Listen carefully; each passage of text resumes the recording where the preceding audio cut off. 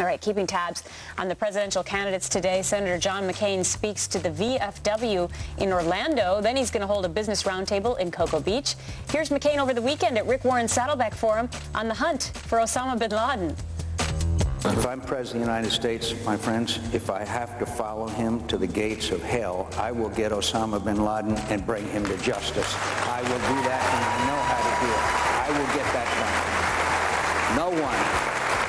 No one should be allowed to take thousands of innocent American lives. Of course, evil must be defeated.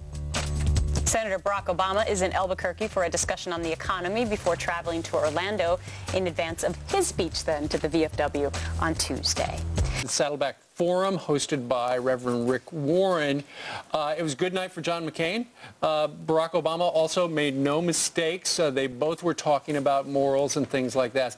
Anyway, Reverend Rick asked an extra good question, asking both of them, in your life, when were you morally at your lowest point? Here they both are.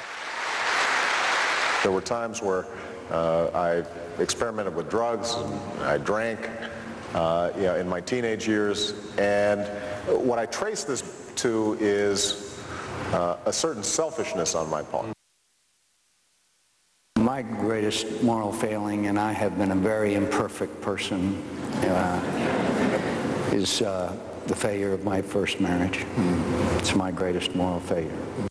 That was very interesting to hear him talk about that. We haven't heard one thing about his first marriage. And in light of the whole John Edwards scandal, some people were starting to talk about that failure. There was an interesting article on thepolitico.com last week that said DNC folks were tinkering with the idea of portraying, his philanderings on that first marriage and getting that out there as one of those negative attack ads. So it might have been a preemptive strike. I think people like to see John McCain really open up with some personal stories in that forum. He did a great job. I totally agree with you from the point of view of the personal stories, because a lot of people have been encouraging him to talk a little bit more about his POW experience and to talk a little bit more about his religious beliefs. As you could see if you watch this forum, it's tough for him to do. He started to well up from time to time, and I'm surprised there aren't articles this morning about analogous to Hillary Clinton welling up, how that helped her in New Hampshire. I'm surprised we're not seeing articles today about how John McCain becoming more emotional will be a positive for his campaign. We've seen President Bush well up. Yeah, all the time. But John McCain, he strikes me as a tougher kind of guy who doesn't want to well up, but I do think it was a good thing for him to well up. A guy with a heart. It's so surprising, Gretchen. I'm shocked that you would say the mainstream media wouldn't cover that. Wow, where are they? Okay, so we're talking about it here. Cry all you want. Barack Obama should cry too. All right. Meanwhile, John McCain and Barack Obama were together in a presidential forum answering questions on the issues, moral issues, like, well, when does life begin and stuff like that. Well, what clues did they give with their expressions? Dan Hill is a facial coding expert and the author of FaceTime, and he joins us right now from Minneapolis. Good morning to you, Dan. Good morning, Steve. All right, let's talk a little bit about their comfort zone. We noticed, unlike the two of us, they were not wearing neckties, just like Reverend Rick Warren. Talk a little bit, analyze if you would, when we finally did see them together on the stage. Well, you have a real perfect contrast. Obama lifts his hand, he's waving, he's lifting himself up and away. What McCain does is he jabs his hand toward the audience. He's coming at you. Typical standard contrast between their two personalities. And the hug? Well, the hug is brief, and actually Obama maintains it a bit longer than McCain. McCain's ready to go into the dance. He knows he's next on stage to answer the questions. All right, let's take a look at a clip. There's the hug right there. Yep, that looks comfortable. Let's talk a little. Not exactly. Let's talk a little bit about a clip we showed about a half an hour ago. It's where Barack Obama talks about past drug use. There were times where I experimented with drugs, I drank, in my teenage years, and what I trace this to is a certain selfishness on my part. All right, Dan, what do you see there?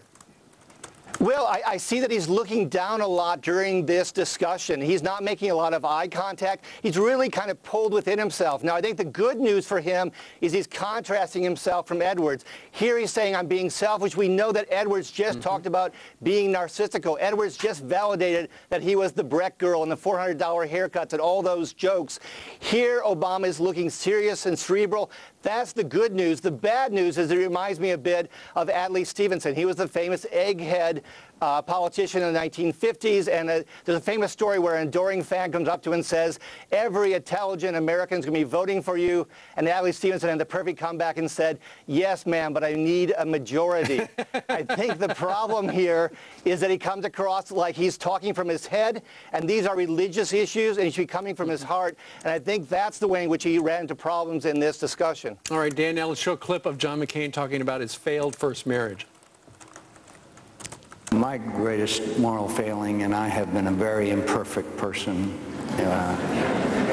is the failure of my first marriage. It's my greatest moral failure. What do you see? What I see there are two things. One is his lips are very tight, so he's really feeling some frustration, some anguish over this. He also shows just a slight bit of contempt. The corner of the lip, the mouth turns up in a smirk, and I think the contempt is toward himself for his failings here. So it's a successful moment for McCain because he wants to come across as speaking to honor, to sacrifice, to duty. This is, after all, an election about authenticity. We have change you can believe in versus straight talk express, and both these candidates were really on stage trying to say, I come from the heart, you can trust me, you can believe in me, and I think McCain had a very good moment there. Well, we believe in you, Dan Hill. It's always a pleasure. We thank you very much for joining us today.